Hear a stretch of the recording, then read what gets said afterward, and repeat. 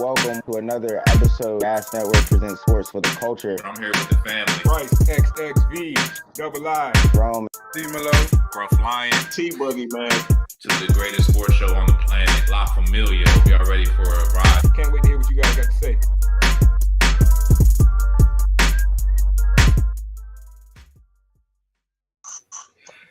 We back. It's your favorite sports show. Gas presents Sports for the Culture. Touching on all the topics that these other sports shows scared to do. You know we fearless over here, man. I am your host tonight at Bryce XXV, Double I, and as always, I'm joined by the Dream Team, the best panel in the world. I'm starting with my guy on the bottom right. Introduce yourself, sir. what it do? Loyal listeners, followers out there, y'all know who it is. It's your boy Young Rome 22. If you new, hit that subscribe button, hit that follow button. We got an interesting show to get into tonight for sure, man. So let's not waste time. Oh yeah, interesting to say the least. Hey, I like that shirt too, Ron. Shout out to Dragon Ball Z, Yeah, man. you Real know. ones know what time it is. All right, let's keep it pushing. I'm going to the bottom left. My man got the guns out today. He feeling kind of slow. Today. Bottom left. Fellas, it's your boy D-Malo Good, and I'm getting ready for our new calendar soon to come. Brought to you by Gas. From all the guys, gotta get ready. Hey, yo, we got the gas calendar coming. It's just 12 picks in a row of G. Every month is Gerardo with another muscle shirt on. So, y'all look out for that. My cat's gonna be popping. Let's keep it pushing, man. Last but not least, top left. Introduce yourself. What up, Scruff Lion, man? Y'all know what time it is. Actually, we don't know what time it is. Lost track of time, but we ready to get into it, man. It's gonna be a good show, man. I'm trying to get these March Madness dollars. You know what I'm saying? It's been very kind to me. That's good to hear. Because your bracket hasn't been as kind, but that's a whole other story. I'm still in first place, though. You want to talk about that? Because I think you have the lowest available points by almost half the points I got. But it's cool. We're gonna revisit that bracket. Yeah, well, they're available to me right now, which puts me in first place. All right. How many more weeks we got at this March Madness? Let's holler at him next show. We're gonna holler at my man next show. And hey, it's March 22nd, and I'm in first place. So what we talking about? I bet. Keep that same energy. Good luck in April. We got a real good show for y'all tonight, and we starting off with March Madness. And the theme of March Madness for me is keep that same energy, because they was talking big shit. Hey, they already asked for it. Don't worry, we got you. We gonna get into Leah Thomas. We got you. But, they was talking big shit about my bracket in the group chat, and now your boy is still alive. And he's got the most points remaining, the most possible points remaining by a landslide compared to Scruff, like almost 100 points more than he has remaining. T doing all right, but T's in last place, but he's still got a good amount of points remaining. The bracket has definitely been unpredictable, but as always, we've got a Cinderella balling right now. You love to see it. St. Peter's out of Jersey, representing for my Jersey boys in the on the panel tonight. So let's get into it. Let's get into the tournament a little bit. Let's start with St. Peter's, man. How impressive you guys been with St. Peter's and their coach, my man Shaheen? Very impressed. Very impressed. So very interesting fact is the last time that a Jersey team was in the Sweet 16 was when he was the point guard at Seton Hall, of all things. So he's a Jersey guy. He went to a Jersey college. He got a job at St. Peter's, and he bringing in a program with the right attitude. Now, that's how you beat a big dog like Kentucky. Kentucky got some blue bloods, but at the end of the day, them dudes was kind of underachieving. Them dudes was acting like they ain't want it. And you know one thing, the boys were going after it and they wanted. Then they went against Murray State. That's a favorable matchup because at the end of the day, that's still a mid-major. Now they're going up against Purdue. And honestly, I don't know. This is just between me and G the last couple of days, but we've been saying, if you're looking for an upset, just look for the Big Ten school. You know what I'm saying? So I'm looking at Purdue, and as good as the Big Ten is, it seems like when it comes to tournament time, they can be kind of prone to these big upsets. Let's remember in the first round, I was at Iowa against Richmond. Yeah, I cashed out Richmond. Richmond. Yeah, we got that money. So I'm saying, like, that was another Big Ten school. So we got St. Peter's going against a Big Ten school. Now, Purdue does have, like, star power in their backcourt with Ivy and they do have a really bona fide center that looks like kind of like Yao Ming's son. So I don't know. It's going to be very interesting. But I hope St. Peter's. I'm putting money on St. Peter's, but the books won't. Actually, I can't say that verbally. But I like St. Peter's. I was going trouble. Because the books don't let you bet on the Jersey squads. You know what I'm saying? So I can't bet on St. Peter's. That's interesting, man. Because you was loving the Big Ten schools just a week ago. It felt like. Guess they let you down on your bracket. Yeah, first four doesn't count, but yeah, that's another story. I feel you.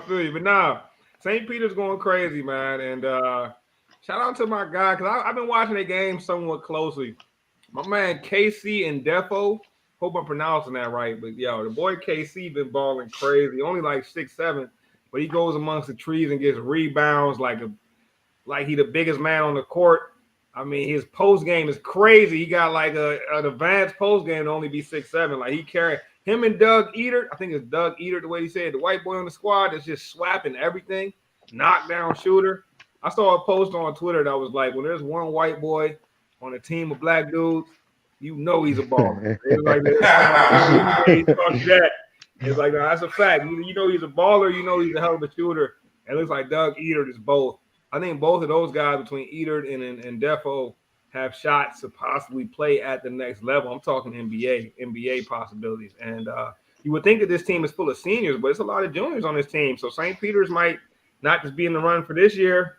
They might be sticking around next year too. Yeah. We'll see. Nah, definitely. We'll see. I mean, they wasn't the only team. The thing I like about the tournament, though, is that I'm seeing multiple really only two number one seeds left in the tournament, and then we seeing multiple double-digit seeds. Another team that made some noise was the Miami Hurricanes making it to the Sweet 16, and I think they got a chance to keep it pushing as well. Yeah, we ain't forget about the Hurricanes. Come on, man. Yeah, y'all remember I said something about them Hurricanes last week. I said one of my favorite teams that I didn't think they was going to, look like a Final Four possibility, but I think I mentioned last week on the show that Jim Larinaga is my guy. And now that he's able to get big time prospects into his system, that's already proven, is really lining up for Miami right now. And we talk about conferences. ACC is a conference that I think it seems to battle out well in the tournament. We've seen the U advance. We've seen obviously Duke's advance. North Carolina was another team. They upset Baylor. That's another upset that I caught. That's on the bracket too, Bryce. You can check that. I don't know how many available. Bro, the pettiness continue. I was trying to save my man, but this dude's bracket is terrible, bro. Like, whatever. I have a bet on the line right now for I will double up. If you're that confident in your bracket, I will double up the money right now and take more money from you. Do you want to do that? It's not about the totality of the bracket. It's not about the totality of the bracket. It's about the magnitude of the picks that I get right. That's all right, what but my question is, do you want to? You sound confident. Do you want to double up that bread? Yes or no? That's a no. That's a no, bro. The thing about me, bro.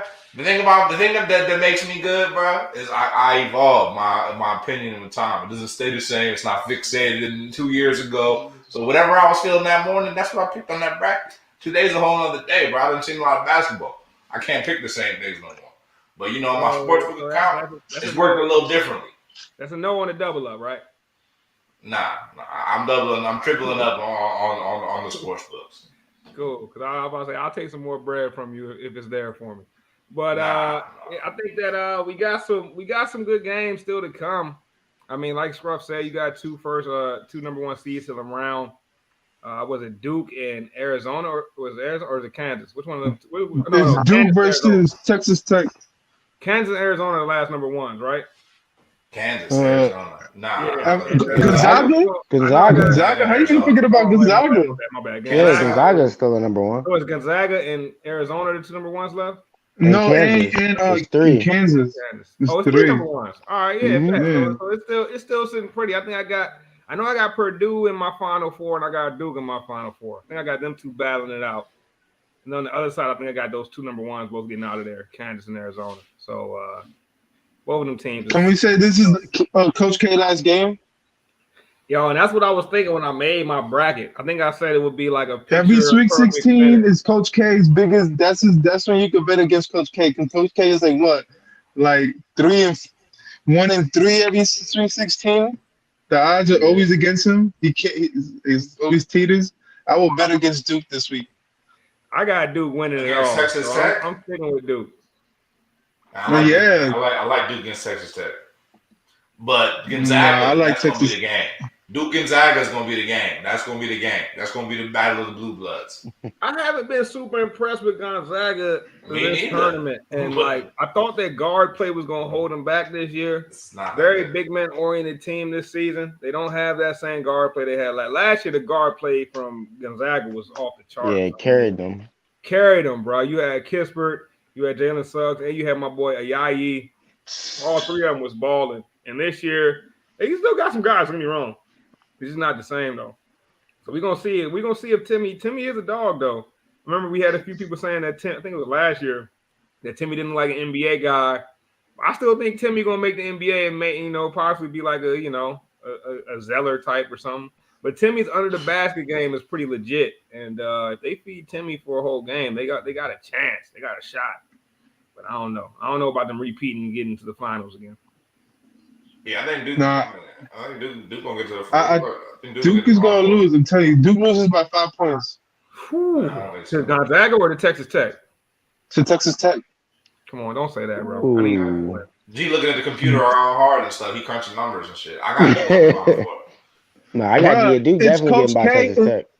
Duke has been known that Duke in Sweet 16 games are close games. Like he loses them. Like there's a 50-50 chance he loses. I got a thought on this. And somebody asked who we gonna pick. So I'll say this. I think the winner of the UNC UCLA game on Friday, the 4-8 matchup, I think that's gonna be the national champion. The winner of UCLA?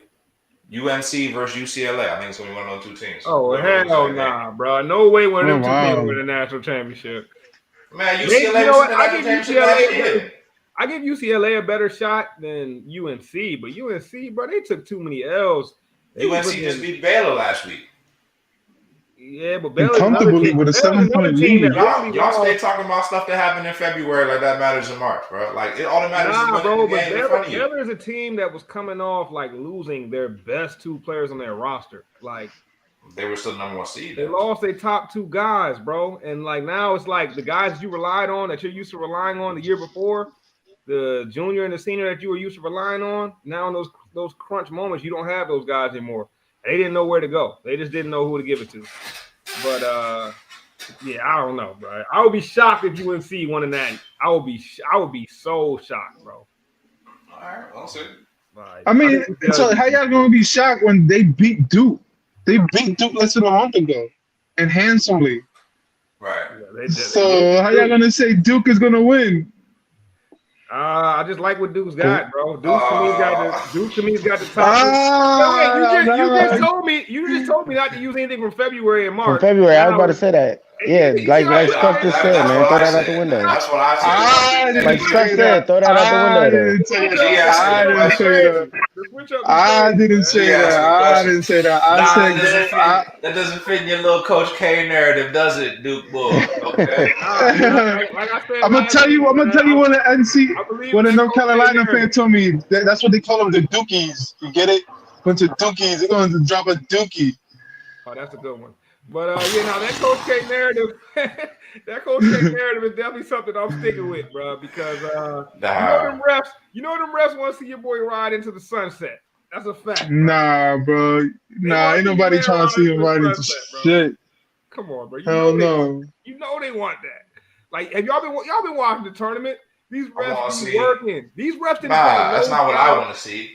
Maybe there's some people that want to see that. I want to see the tears run from his nose. Like, you know what I mean? I don't want to see none of that. I don't want to see him win that. Bro, as much as I like St. Peter's. No love for Duke on this side. As much as I like St. Peter's, bro, when they played Murray State, they were getting all the calls, bro. Like, almost like the refs were like, nah, we need the Cinderella in there, bro. Like, I'm like, hold up. Murray State not getting no calls in the crunch time, bro. It was crazy. But we'll see, man. I think this Coach K narrative they're drumming up is a little too perfect for them to let it go just yet. Bro, hell no, bro. I can't see Duke beat Arizona, let alone Gonzaga. And like I just said, they're not going to beat Texas Tech. They're going to lose to Texas Tech by 5 this weekend. By this, what is it? They play tomorrow, right? Yeah. They're going to lose tomorrow night. Book it. I'm telling you. Duke is over for them. The Dukies are losing tomorrow. All right, you hate Duke. You do Duke. I used to hate Duke too, but now I'm like, whatever. They got you. Nah, they don't got. I'm not no fan, but I just feel like, bro, Coach K, one of the best the best college coach of all time. Let's be honest. You know when Coach K started winning people? I'm gonna be honest. You know when Coach K started winning people over? I think it's when he got you too. During like when he was coaching the Olympic teams. Nah, you know what I mean? bro. I thought. Remember, I was one that was like him and I was questioning him and Popovich after them Olympic teams, but I think Coach K never really won me over. I just feel like this story is like a picture perfect story. Last year of the best coach of all time, going out on his high horse. I don't know, bro. I think the powers that be might try to make that happen. I don't think this is the high horse winner of this tournament. That's the story. I don't think it's about the high horse. I think it's about the, I won't say low horse, but you know, the little dog in the fight.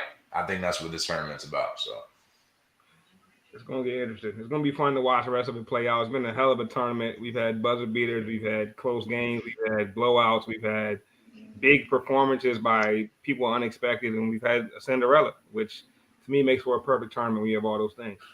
One of my favorite things from the tournament has kind of been watching like systems versus players. Like, you know, like some of these big time schools, they got the prospects, they got the top notch guys, they got, you know, that going for them. Then some of these small schools, they just got these great systems that every single guy plays within the system. And you really see like how basketball was intended versus what basketball has turned into clash. And it's like, it's a beautiful thing, bro. Only in the tournament. It doesn't happen in the pros. So it's pretty dope. Yeah, that's the beautiful thing about basketball. There's so many different ways you can play the game. You know what I'm saying? You know, people talk about the hooper versus the basketball player kind of example. And, you know, I don't know. It could go either way. So March Madness is full of that. But definitely not lacking in moments. Nah, facts. All right, let's keep it pushing, man. We'll definitely talk more about March Madness next week, and we'll give you guys a good old bracket update. Since, you know, your man Scrub is talking big shit in the group chat, so I can't wait to see how this bracket unfolds. I can't wait, man. I can't wait. So let's keep it pushing. Let's move to the NFL one time, man. The quarterback carousel moves along, and the most recent victim of the quarterback carousel, or at least one of the last quarterbacks remaining on said carousel, is Baker Mayfield. So before we get into Deshaun Watson and everything that's happened with him, I want to ask you guys, what do we think Baker Mayfield is worth on the open market? We've seen what Carson Wentz has got, was what he went for. We saw what Matt Ryan went for. We saw what Deshaun Watson went for. What do y'all think Baker is worth on the open market? Rome, I'm starting with you. I mean, if you're trading for Baker, you got to be talking at least a second rounder, right? I mean, he was first overall pick, if I'm not mistaken. He hasn't played terrible. He's a starting level quarterback. Carson Wentz went for a third and a second. I believe Baker's right around that realm, and he's younger, so you could probably leverage more for a guy like Baker. I think the question is Baker's attitude and, like, you know, the demeanor, his leadership. What is he really bringing to your team? Do you really want to give up an asset for that, especially if the Browns might end up just cutting him now that they got Deshaun, you know? So in the long run, Baker might just hit the open market altogether and be fishing for a new deal, which, you know, quarterbacks get paid. So I wouldn't say that he'd probably get, you know, 40 mil like most QBs, but yeah, that exactly, man. Like my man in the comments, 2 bags of regular Cheetos, bro. That's like hilarious. Not even Cheeto Puffs, bro. Not even Cheeto Puffs. Not even the Flaming Hots? Damn. Definitely not the Flaming Hots, bro. Like Baker's just not it. And I don't think a trade gets done personally. Bro, who eats Cheetos Puffs? Nah, I don't know, man. But Baker is worthy of a late first, at least a late first. Like, we're not gonna sit here and not talk about the man who doesn't win games. He wins games. He plays for the Browns. You know, a tough division. He has to see the Steelers twice a year, see the Ravens twice a year. shit, the Bengals that just got good. So it's not like he's a bad quarterback. What is his last couple games? His last seasons were what? Like he won 10, and then his first season was like 6 wins. Yeah, so about right. It's not like the guy is not it's not like he's not your tier A quarterback, but Jesus, someone like the Giants could be looking at him. I'm not gonna say it. The Lions could need a quarterback. No, not really. They got Jared Goff. Shit, well, look, Baker was 6-8. Baker was 6-8 as a starter last year, but the year before he was 11-5. So that the was guy's the not only a bad good quarterback. season, though. But look, he got hurt. Remember, he got hurt this year with the shoulder injury.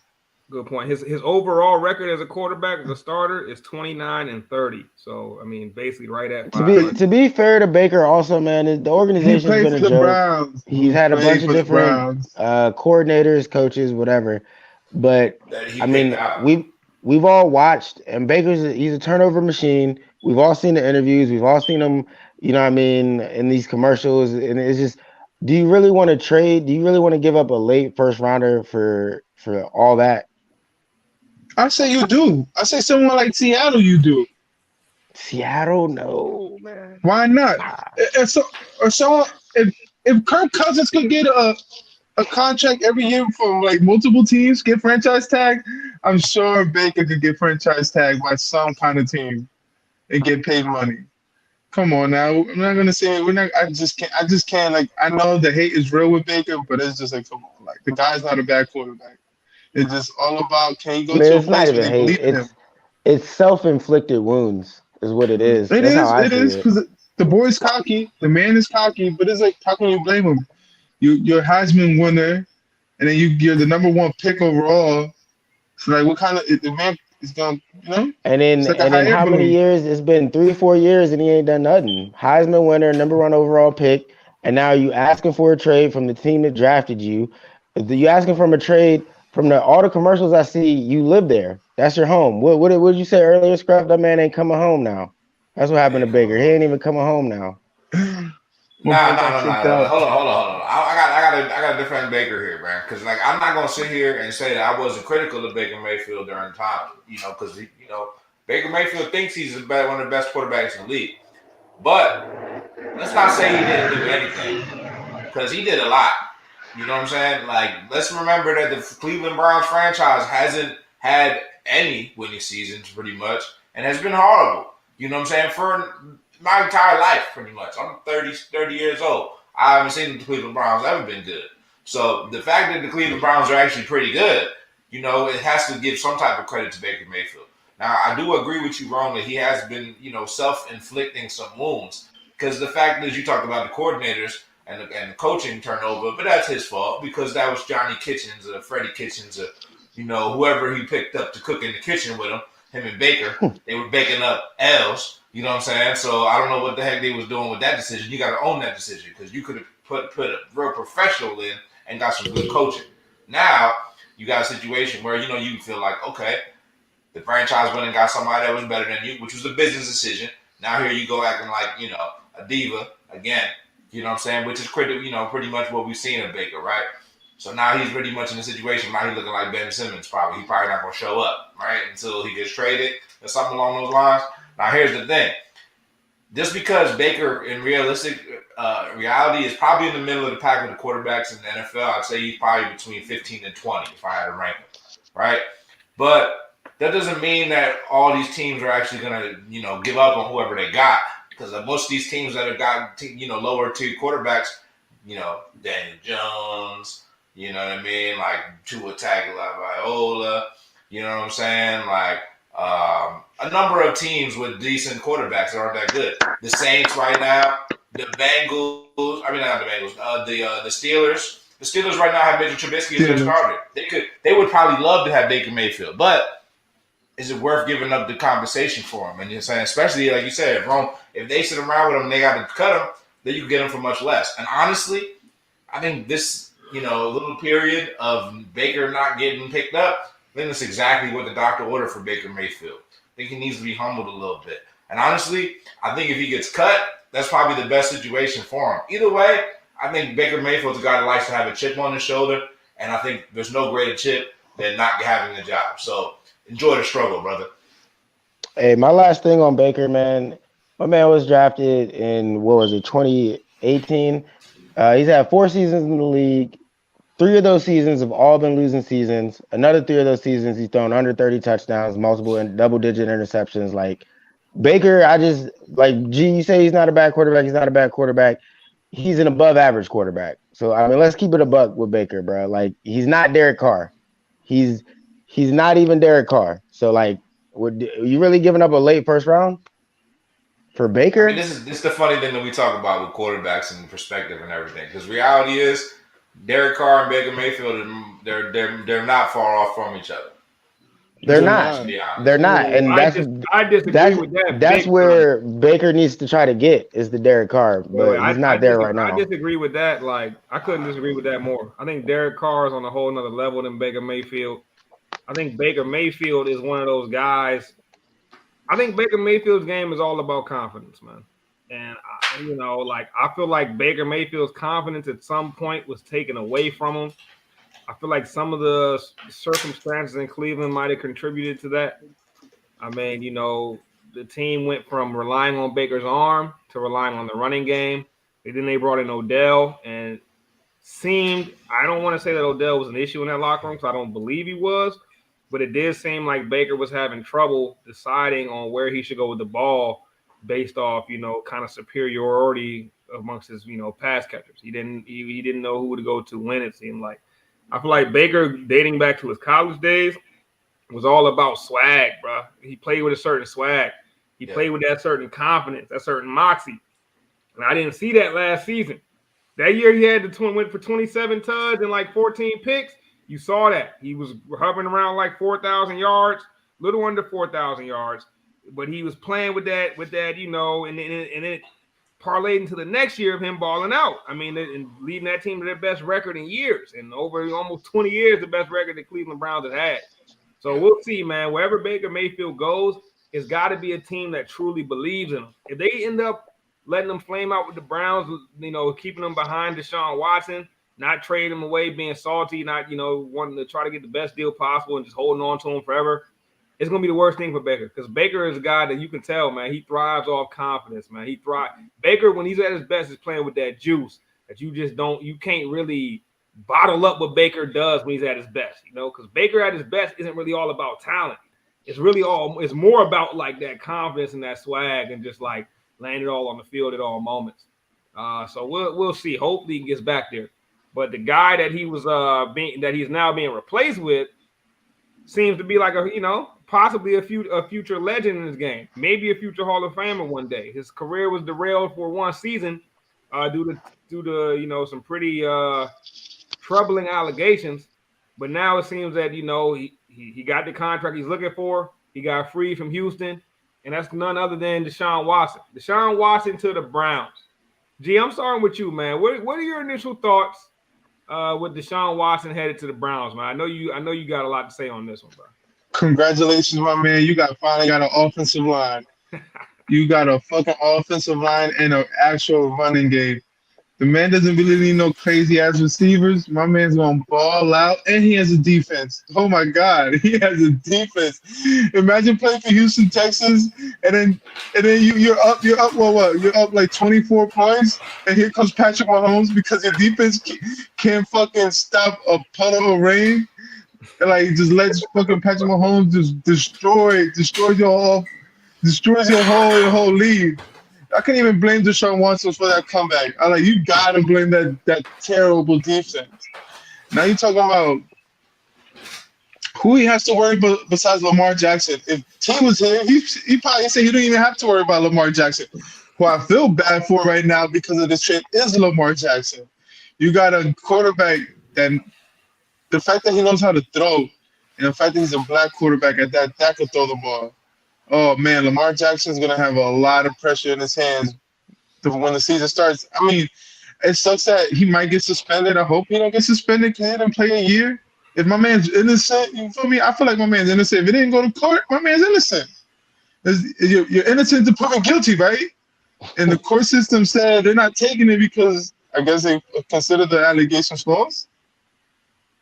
I don't think that's what the case is. I think that there wasn't enough evidence to press criminal charges. I don't think that anyone said the allegations were false. I haven't heard that, but there is no. Oh, There wasn't okay. enough evidence to press. I retract that statement, but I'm saying you're innocent until proven guilty, right? This is America, right?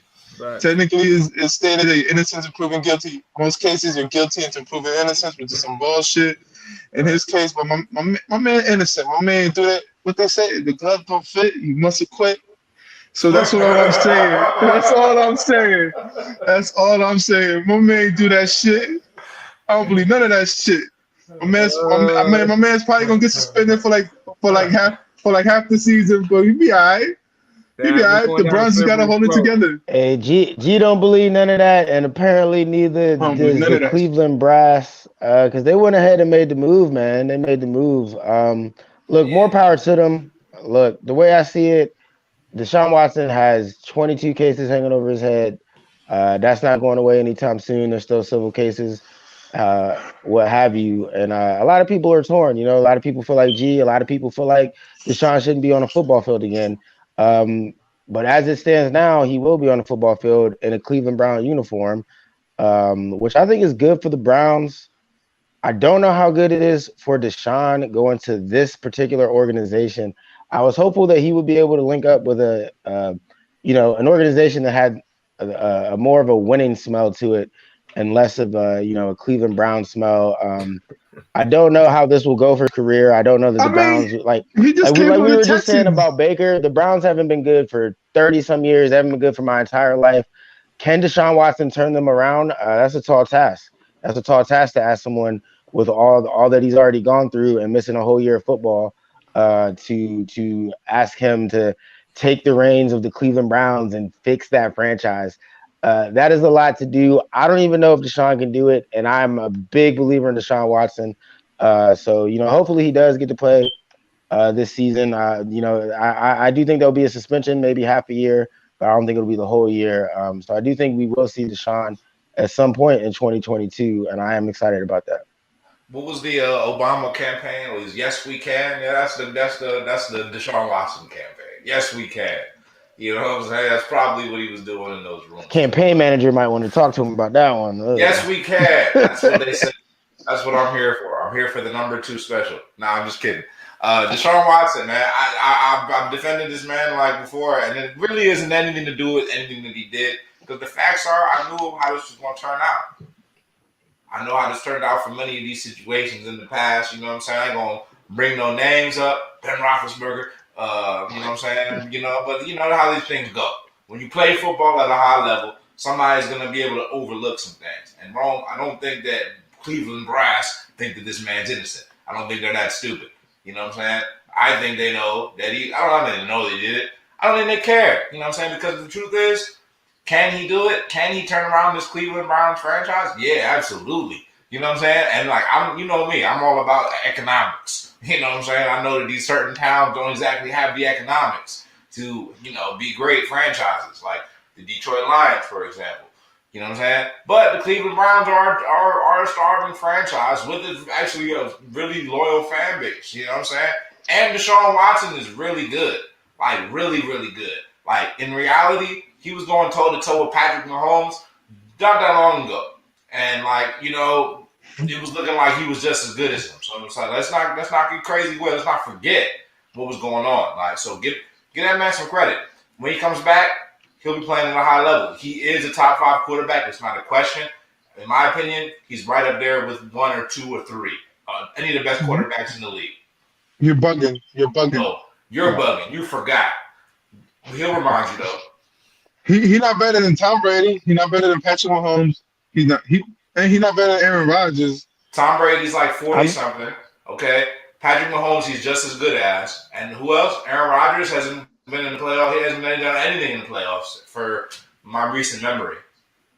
I'm taking Watson over Brady right now for sure. Nah, I'm not doing that. I'm taking Watson Brady over over Watson, Rodgers over Watson, and Mahomes over Watson. If you're asking me to start a franchise, bro, you starting one with Tom Brady right now. I'm starting with Watson. No, bro, if you starting a franchise, that's a different thing. Because now you got to think about the 10-year outlook. Brady, I'm talking about who's the better quarterback, bro. Brady. Yes, you do. You start the offense with Tom Brady right even now. if we're talking about one game right now, 2022, I'm taking Watson. There's nobody I'm taking for one game over Tom Brady. First of all, Exactly. But I mean, right now, you don't get to have 08 Brady. Like I mean, like in this moment, Brady right now. Did you over watch the how Brady duration of came his back in the contract. bad playoffs like it was nothing, bro? Like, bro, Tom is unreal. And don't forget, I love Deshaun Watson, but the Texans had a real nice lead in his last what was that, the game before the AFC Championship? They had a real nice lead, and Deshaun Watson was unable to hold on to that lead. I think the Chiefs came roaring back on him and got yeah. So I mean, so Deshaun Watson plays defense now. So he was the one that's that's I'm not on the saying lead. that. I'm not saying that. Whoa. If we're gonna do that with Deshaun, though, if we're gonna do that with Deshaun, we got to keep the context. The Texans did not surround that man with nothing, bro. Right. That was kind of what I was saying earlier. He's going from one bad franchise to another bad franchise. Whoa, let's not say the Browns didn't surround Baker Mayfield with talent, bro. They loaded up that team with talent. Let's not forget that team was super talented. They had two better running backs than most teams had. They had two great receivers, two great running backs, pretty solid O-line, one of the best defensive linemen I've seen in my life, two stud corners, pretty good defense, bro. I'm just saying. They did all that for Baker. Now they got to do it again for Deshaun, though. They didn't know that for themselves, bro. They didn't do it for Baker. Yo, here's the thing I think Scrub did make a good point with is the economics, right? The Browns made this trade because they're in business, bro.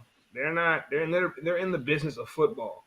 And the business of football, what gets you paid is winning. And it doesn't matter what a guy has, the benefit is gonna outweigh the negativity. Like, you know what I mean? It's gonna eventually. Now, initially, they're gonna get some pushback. I've even seen Browns fans that have said they're moving to Cincinnati Bengals fans. They're done with the Browns officially.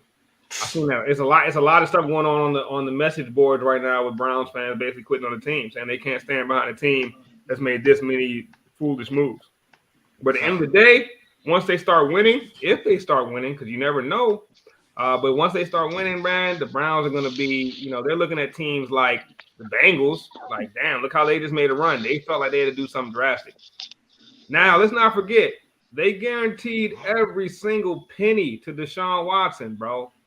That's the real thing that had that raised my ears on this. I'm like, hold up, a 240 or whatever it is, all guaranteed millions, bro.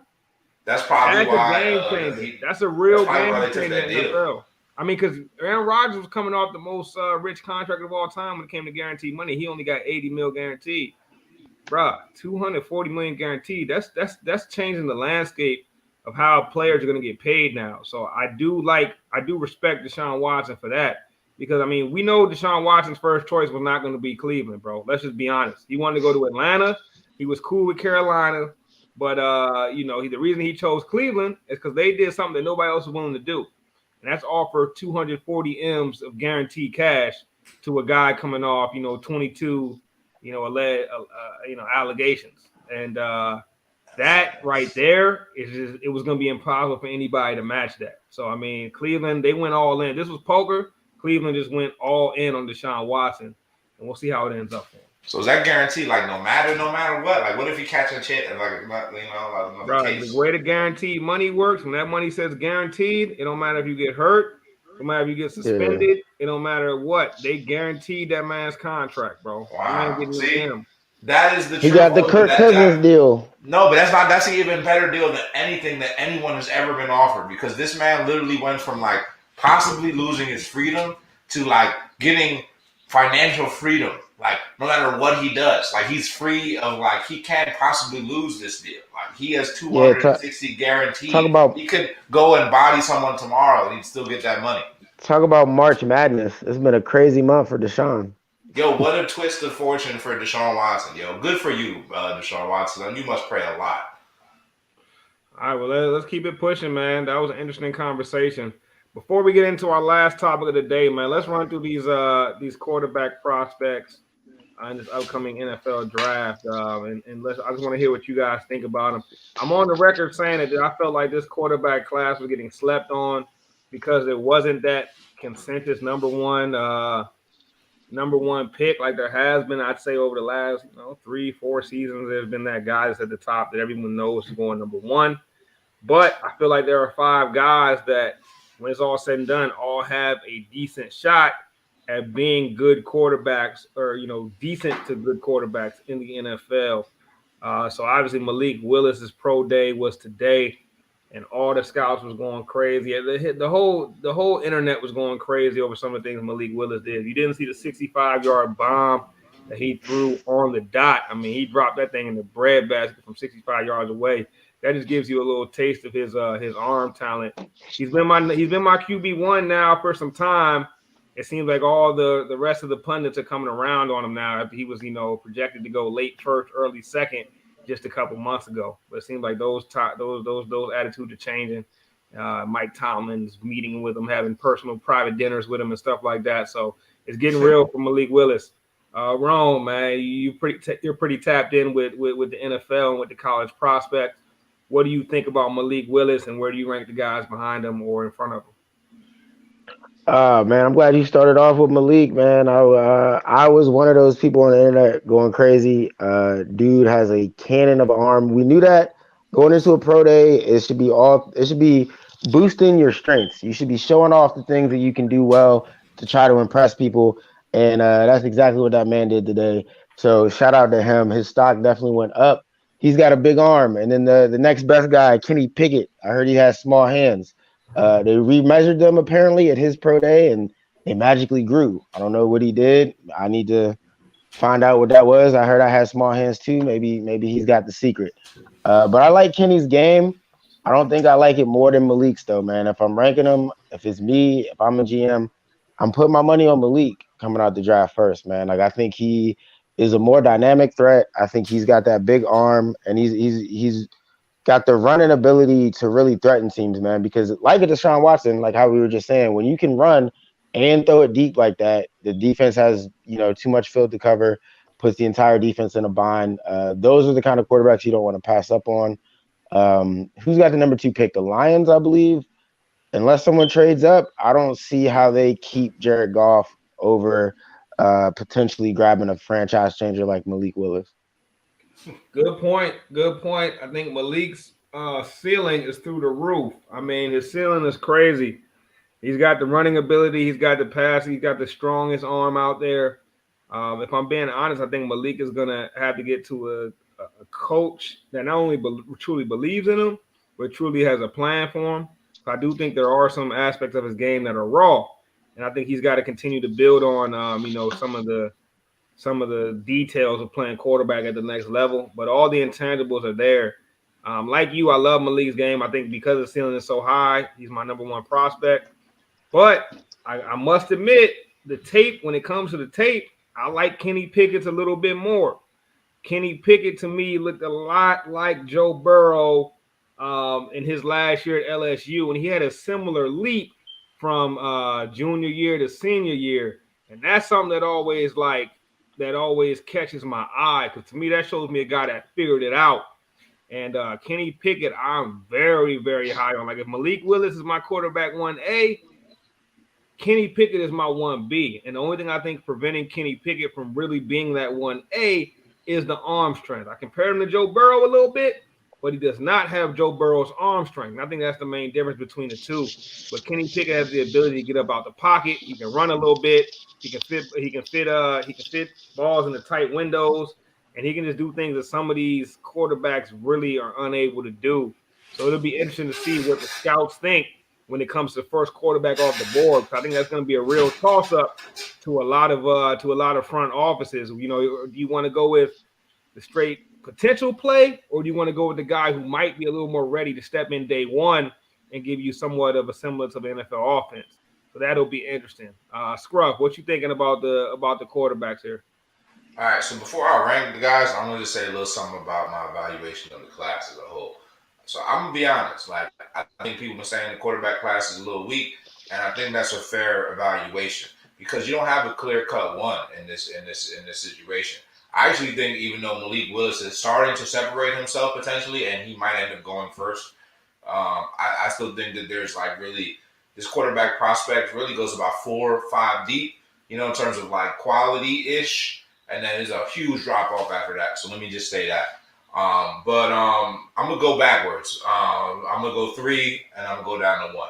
So my number 3 guy I have is Kenny Pickett, and I see him going number 1 on some boards. So I like Kenny Pickett. I think he has a lot of he checks a lot of the boxes. He's made some really big plays in Pittsburgh. Just something about him. I don't know why, but it's just an eye test thing. I just feel like he's going to be good, but he's not going to be great. And that's just my personal feeling on Kenny Pickett. But I mean, I see him being really good, like a late first rounder for a team like Pittsburgh. You know what I'm saying? If he's on the board, I think he makes a lot of sense for a team in that position. Number 2, actually, I have Malik Willis as my number 2 quarterback. I like Malik Willis a lot. I knew that people were going to become enamored with him in this particular stage in the process because of his intangibles in terms of his size, his strength, his arm strength, and he is an extremely gifted runner. He's not exactly, when I say gifted runner, he's not exactly that fast if you're really watching the tape, but he does know how to move the ball. He knows how to make people miss. He had a stat. He actually most missed. He made the defense miss more than anybody, and that's including running backs last season. Pro Football Focus stats. So that's pretty solid stat for a quarterback at this next level. I like the dual threat quarterbacks. I think he'll be pretty good, and I think he's going to be.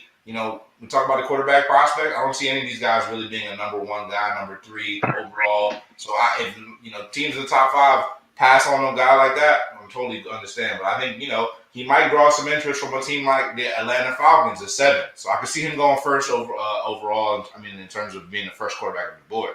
But my number 1 guy is Matt Corral. I like Matt Corral because when I'm looking at the tape and I'm just really trusting my eyes here. Matt Corral doesn't have the size that Willis has. Doesn't have the measurables. He's only 6'2", about 215. But if you look at the tape and you look at the throws, Matt Corral makes the craziest impressive throws. The most impressive throws out of anybody I've seen in this class. You know what I'm saying? When you see Kenny Pickett, you see him make some incredible, big plays. But Corral threads the needle. We've seen him literally thread the needle, go across 2 deep defenders, and just kind of zang it down in the perfect spot. You know what I'm saying? And I trust my eye. The velocity on the ball is crazy coming off the ball with Matt Corral. This boy flings it across the field. Great mechanics. He's also got an extremely. He's probably got the best arm in the class in terms of pure arm strength. I think he's just up there with anybody. You can say he's got the best arm in this. And actually, physically speaking, I think he's actually much faster than Malik Willis. If they were going head-to-head with a race, I think he would win the race. So I think my guy is Matt Corral. I think he's got what it takes to be a great passer in this league. And, Malik Willis is going to be pretty good too. But I like Matt Corral eye test. I think he's my number 1 guy.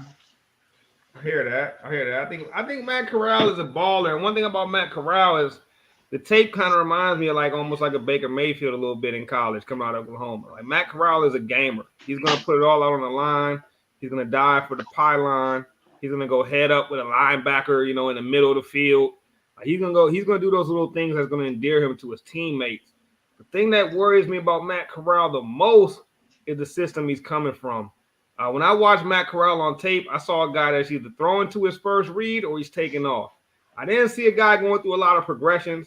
I didn't see a guy in the pocket buying time to make a throw deeper down the field.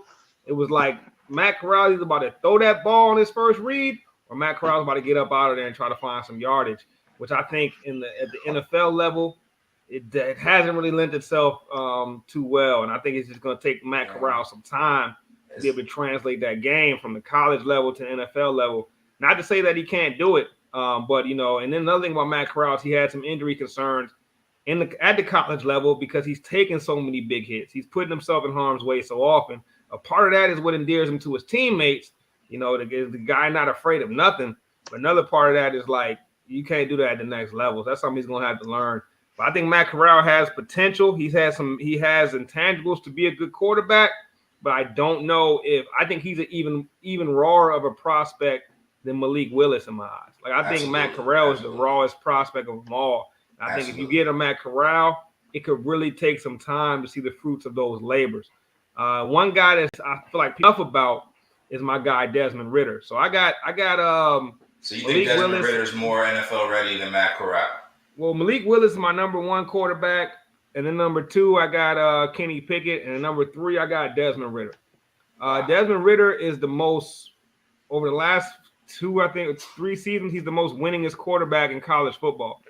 I mean, Desmond Ritter took a team like Cincinnati from a team that's not too talked about too often. Every maybe 10 years they talk about when it comes to football, but he really had them in the national spotlight, mainly because of carrying that team, for lack of a better word.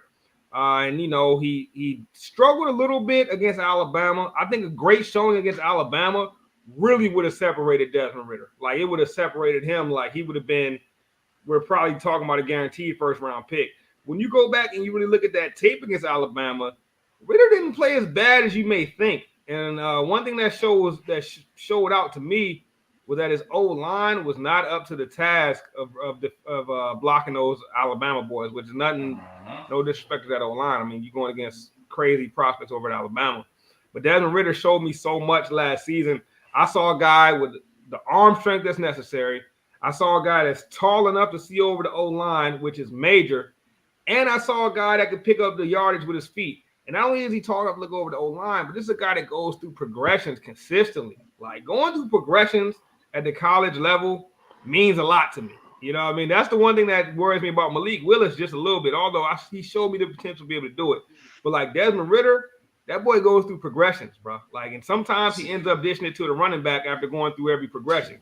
And when I see that on a consistent basis, I'm like, all right, this is a guy whose game may be able to translate quick. And I think when he ran that, he ran like a 4.4 or something at the combine, real low 40 time.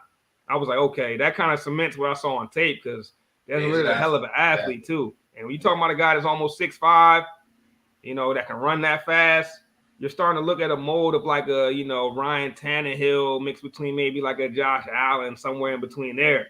And that's going to be hard for an NFL team to turn down. I'm almost convinced that Desmond Ritter ends up being a first-round pick, that one of these teams falls in love with those measurables and that ability that he's possessed. The only thing I think about Desmond Ritter, and like you talked about the Alabama game, and I think that exposed a little bit of the chink in his armor.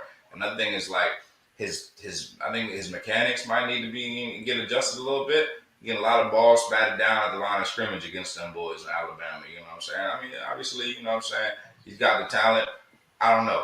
You know what I'm saying? I almost ranked him over Kenny Pickett, though, honestly. But Matt Corral is the best passer in the draft. And I'll add to that. He might be a raw prospect, but Desmond Ritter is a lot more raw, period. And Matt Corral, I think he's going to take a little time, but when it's all said and done, I think he's going to be the best quarterback in this class.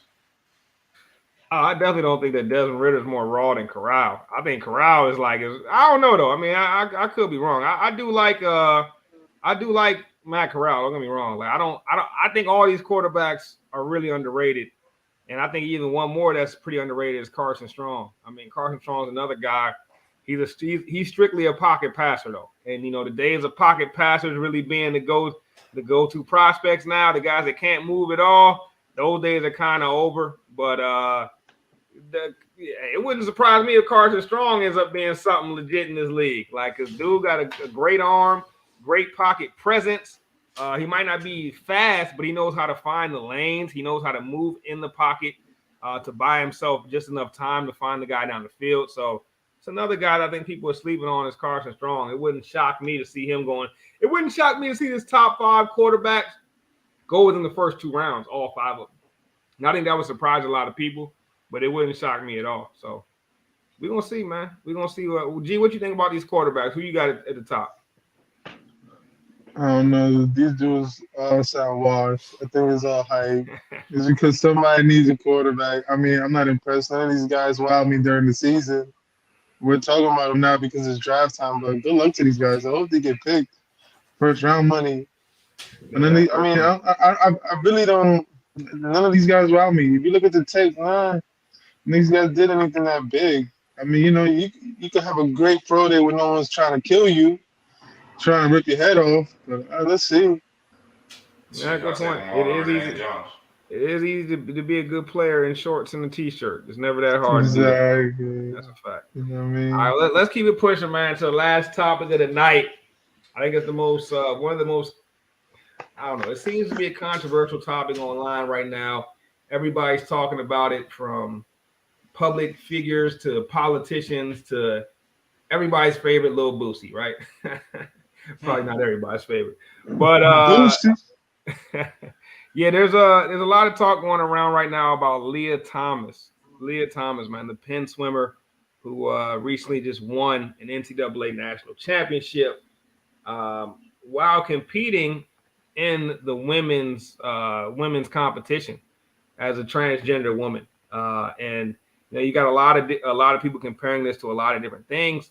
You even had some publications say should be lauded like Jackie Robinson. You've had other people saying, get out the pool, man. In the words of Lil Boosie. So there's two total ends of the spectrum on this topic, and I just want to see what you guys think about this a little bit before I give my thoughts on that. So Scruff, I'm gonna start with you. Man, I'll start with saying it's a slippery slope, man. It's a very much a slippery slope because when I watch Leah get out of the pool and I'll get her to do the interview, you know what I mean? Like, first glance, she resembles, she has some masculine traits, to some degree. And there are some, like the girl that won second place is actually, she's mad. She feels like she got a beef. So, she's challenging for a rule change. So I think it's very controversial. So to me, I don't feel one way or another to say that like she needs to get out of the pool. I feel like you need to respect everybody's, gender identity. And like, I think sport is about competing, so like it has to be fair for everybody. So like, I think due diligence has to be there.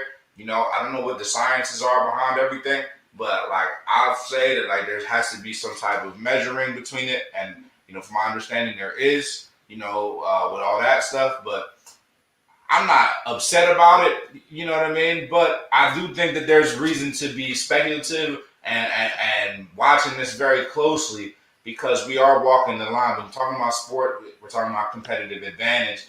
That's very much a part of sport. And, that is the key. So I think it's getting controversy because it deservedly so.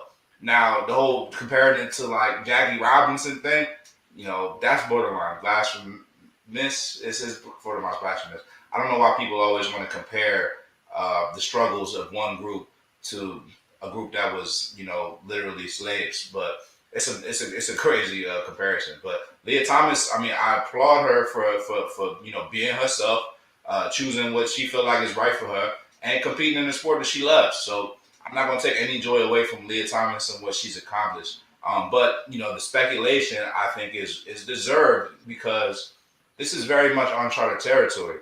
And I think, people are going to feel one way or the other, and we're all really still figuring this out. Yeah, facts. And then I think that it's real two-sided, I think, when people are thinking about the way they feel about this, right? I think that you've got, and I don't think anybody, I try to stay away from who's right and who's wrong, right? Because that doesn't really get you anywhere. What gets you places is understanding different perspectives and being able to put them on the table to come to your own, right? And I think that on one hand, you've got a lot of people who are concerned with, the fairness of the sport, right? You got a lot of people who are solely concerned with fairness. Is it fair or is it not fair? And on the other hand, you got a group of people who are concerned with representation and concerned with, is everyone being represented to their fullest desires? Are they being represented the way they want to be represented in different situations? I don't think either side is necessarily wrong. I think it's more or less like we just got to figure out how we can do both at the same time. And if that's what if the NCAA is taking those necessary steps to do both at the same time, there shouldn't be anything wrong with it, right? There shouldn't be anyone that sees anything wrong with it. But at the same time, what are the qualifications, and how can we make, if the NCAA has taken those steps, how can we make people more clear about those steps that were taken to ensure fairness, right? I think like I was reading something the other day and it was talking about the differences between animals and humans. I'm not comparing anybody to animals, just give me a second. But like dogs, they operate nose first, ears second, eyes last, right? So if a dog comes up to something, the first thing it's going to do is smell, then it's going to rely on its sense of hearing, then very last, it's going to rely on its sense of sight, right? It relies on that sight sense very last. But as humans, we tend to rely on that sight sense first. That's usually the first sense that we use to try to figure out what things are, right? So the optics, when someone who's using their sense of sight first, when they see Leah Thomas, they're immediately going to think, physical appearance. That's where their mind's immediately going to go. And that's going to initially inform their entire judgment, right? But because we're not using any of those other senses, that's all we can think of. And I think that is a larger issue within people.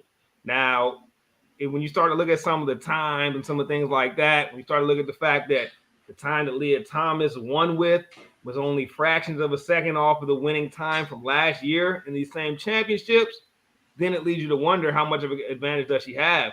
But then on the other end of the spectrum, you hear that she's been doing these treatments since I think 2018 or 2019, which would be what, about 3 years of doing these hormone treatments. So then it makes you wonder, is 3 years enough to fully make you on a level playing field with a woman if you were a man for all this time, if you were operating as a man for all this time? And at the same time, it's like, does 18 years as operating as a man give you a certain level of, muscular muscles and just in general? Like, what does that change about your body composition? Does that change your composition to the point where you got an advantage? You got an inherent advantage when the competition starts. I, for one, think there's a lot of reasons why we have women in men's sports. To the contrary beliefs of some men, a lot of those reasons were because that it was a time where women were outperforming men in certain competitions, namely like shooting competitions and things like that, where men were like, hold on, we got to make a whole women's category because they felt threatened. But at the same time, there's other reasons that's done too. And the physical component of this cannot be overlooked when we're having this discussion. It just can't be overlooked. And I think anyone that overlooks that is selling people short, and it could hurt competition overall. Rome, I see you shaking your head at some of the comments, man. What you think? Like, you're muted. Shout out to my man in the comments, bro. Like, that was right where I was about to get at. Like, so my whole question is this, like, it's fine that there's a transgender person competing. I have zero issue with that. I think there needs to be more of that. I'm all about equality. But my question is, why not have her compete with the male competitors if, she comes up too dominant against the females? Like, I do think it has a lot to do with ego. I think they, put her with the females and, had her win in that way and deal with the females complaining, as opposed to having your best male athlete or one of your best male athletes potentially lose to a transgender athlete. They might not, have the best reaction to that. But I agree with my man in the comments about the NCAA. I think Leah probably should have still had to compete with the males this go around. I know, like you were just saying, Bryce, has there been enough treatment? I think they do hormone levels, hormone testing. She passed whatever test that she needed to pass, so she got to compete with the females. So that's fair based off what the rules are. But like you said, this is all happening in real time. Scruff, I think you were the one that said we're figuring it out as it happens. So I mean, maybe there needs to be an adjustment to the testing, the rules. At the end of the day, I could see how the other girls could have a gripe, but I could also see how Leah's side could have a gripe. So kind of like what Scruff said is where I kind of lean. We're learning on the fly with this. I wouldn't compare it to Jackie Robinson, but I would say we are in the middle of the integration of transgenders into mainstream sports. So why not let's just give them their own category? That way, no one's getting affected by nothing. All transgender versus all transgender, like all male versus all male, like all female versus all female. That way, no one's stepping on each other's toes at this point. Is there enough? The biggest problem with that, though, to be honest, is like, it's like goes to the issue of like, people that have a huge issue with transgender using the bathrooms and wanting them to have their own bathrooms, right? It's like if they truly identify as one side or the other, or one gender versus another, they don't want to have to be in their own category. They want to be able to be treated as equal. And I think, Rome, you bring up a good point. It's like, this is all happening in real time, right? And we're at the beginning of this. I don't think this really comes full circle until it happens in reverse, right? For example, right now we have a transgender woman competing with the women. But until we have a transgender man competing amongst the men and proving that it goes both ways, I feel like then we'll start to find we may be able to start to find a middle ground in this. And if that can never happen, if that never does happen in a sport that has a lot to do with physicality of some sort, or then maybe it is unfair. Maybe not, but maybe, right? Like we never get to a point where we have a transgender man that's good enough to, let's say, play, I don't know, name that sport. You know what I mean? NFL. Like, I mean, think about it. Think about it. How? NFL, but like even track, right? Like no, I mean, yeah, I mean maybe the NFL. Maybe I'm shooting a little bit too big, but I think that would be monumental. That'd be monumental. The first transgender NFL player. And then the thing about it is, like, it's not to say it's impossible, but like, we're not going to let somebody that's not good enough compete. So the main key is you would have to be good enough to compete, no matter who you are. So like, if a transgender male can prove that they're good enough to compete with all the other men, then I think we start to really break barriers. But because I think right now we're dealing with a transgender woman who was formerly a man competing against women, it's an optic that is kind of hard to like take. Like I said, people are using their eyes first. You know what I mean? So it's like that optic is really hard to get past, I feel like. So we'll see if that's ever able to happen. I don't know. Well, I mean, one thing we touched on before the show started was the and I didn't know about this. UNG was schooling me on it. Was the fight between the transgender men and transgender woman. It was a transgender woman against another woman. So, that's a combat sport. That's about as rough as it's gonna get. That's about as brutal as you're gonna get. They're literally fighting each other. You could potentially kill someone, and people complain about that, male on male, female on female. So if they're going to start crossing over in sports like that, then I think it's only a matter of time. But like you said, it's going to be about the talent. It's going to be about, are you good enough to actually compete? Because that's what's going to trump everything else. Nah, facts. And there's never, if there never comes a time where a trans man is able to compete with the men, then it makes the Leah Thomas situation look even more unfair. But if that time comes where a trans man is just as good as the other men, then it's like, okay, maybe it all is the same. But back to that mixed martial arts match between the trans woman versus the other woman, it was rough, to be honest. I mean, because in my opinion, the trans woman had a lot worse technique. In my opinion, her technique was horrible, and the woman was just jabbing her, giving her that work, honestly. But the trans woman was able to just eat the punches. And eventually was able to overpower her, get her on the ground, and it was all she wrote. And it's like, I don't know if that had anything to do with her being, a trans woman. I don't know. But the optic, once again, the optic didn't look that great. So it's just going to take time. I think Scruff and Rome, you guys both kind of hinted at we're in the beginning of this. It's just going to take time for this really to show itself, to prove itself out. But right now, I feel like the optic is a little hard for a lot of people to handle, especially traditionalists. And it may take some time for that optic to kind of get into people's brains and really ease some of these concerns. But right now, it's a lot for people to take, and I'm not sure that it is fair or isn't fair. I really don't know right now. Yeah, it's fair. G, what you think about this situation, G? And like I said, man, just split them up, man. So that way everybody has the right to their own records. That's why. I mean, that's why we don't have women compete with men. Yeah. Right, Swerve? So men compete with women. It's just like when you just talked about the UFC fight.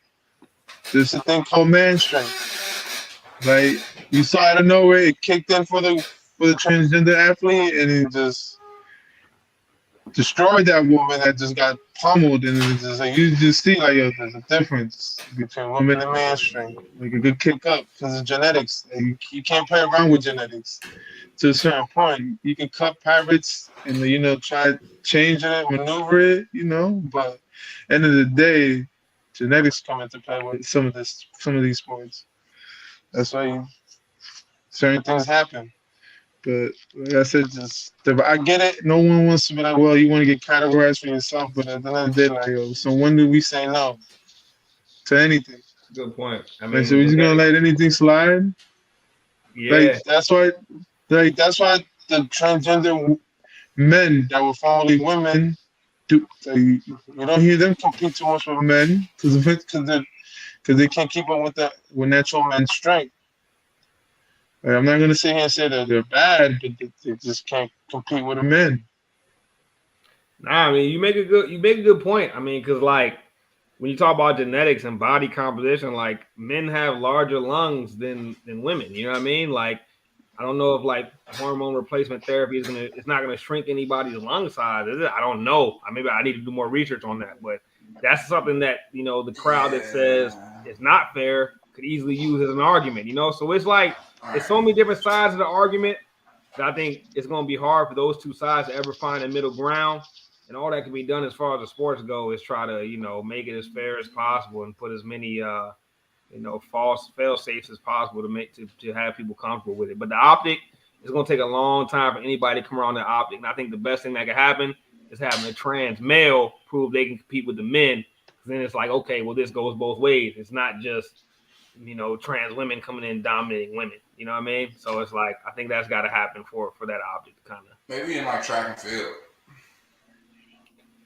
Maybe, but like, I don't know. Maybe in like, I think it had to be like long distance probably. You know what I mean? Like I've actually read something that in like long distance swimming that women have fared better than men in a lot of long distance swimming. So I don't know how that works but I've heard that. There's also been like rifle shooting where women have fared better than men, even to the point that they banned women from the Olympics years and years ago. I think this was in like the 1940s. They banned women from being able to compete in skeet shooting because like a woman, it was around the wartime, and there was a woman who was like pretty much becoming a beast at it. And they ended up first banning women from it, then giving them a whole separate category where they shot less targets than the men, which makes no sense because it's shooting. It shouldn't be less targets for anybody. Yeah, but you know what that is. They don't want the women learning how to use the gun too much because then they're gonna end up shooting us. Yeah, or they just didn't want to feel like inferior. But it's interesting. Yeah, that's what it sounds like to me. Yeah, it actually sounded like something that like I could actually see. Like that makes a lot of sense. That I can see a woman being really good at that because that's really like about precision more than anything. Yeah. You never want your lady handling a bigger gun than yours, man. Whoa there, wrong. Hey, I'm gonna let you have that one, bro. I don't know where you going with that, my boy. Bro, I'm gonna go with yes. I don't know if that was a yes or no question. That's small comment you made earlier. Speaking of that, Kenny Pickett. That's why Kenny Pickett's third on my list. Because if you worried about your hands being small, then you just the wrong quarterback for me. Hey man, well I hope we brought some sort of light to that conversation. We're looking at a lot of these sports talk shows and the debate shows, and they're afraid to touch this. They're afraid to touch this topic, man. But we sports for the culture. We don't duck from any topics, and we give our opinions. And I hope our opinions surprise some of you all out there, because I think a lot of people have this opinion of our show, Sports for the Culture, and I think that how in depth we were just able to get with that opinion, it might surprise some folks. I hope it does. I hope it makes some people open their own perspectives and dig a little deeper into what could be in the future. So another great show, fellas. We've been going for a minute. We had way too much time backstage today. We was having some great conversations. Like some of them backstage conversations, we got to figure out a way to make those pay-per-view or something, man. Because people deserve to see it, but we can't show that for free. Yeah, we can't show the backstage conversation for free, man. If y'all would pay $1 a month for our backstage combos, we'll put it on the Patreon. Hit the comments if you want. Yo, no, really, yo. If you would pay $1 a month for any Gas Sports for the Culture content, man, like we'll give you all that real raw, unfiltered, that content that could get us canceled at any moment. But if it leaks, then we gotta kill you. But hey, good work tonight, fellas. Once again, man, as always, a very captivating episode. Hope the folks out there enjoyed it. Y'all know y'all can find us on all platforms, all social media platforms at GoodAssSports. Make sure you download the Sports for the Culture app. My guy, Young Rome, got an article about Commander Carson on there right now. Go ahead and cop that app. Download the GoodAssSports app. Just go to your app store and type Gas Sports Network. Give it a download. Check it out. You can find us everywhere that podcasts are listened to. And on YouTube, just type in Gas Sports Network. Y'all know how we end each and every show, fellas. Sports for the culture. Sports for the culture. Sports for the culture.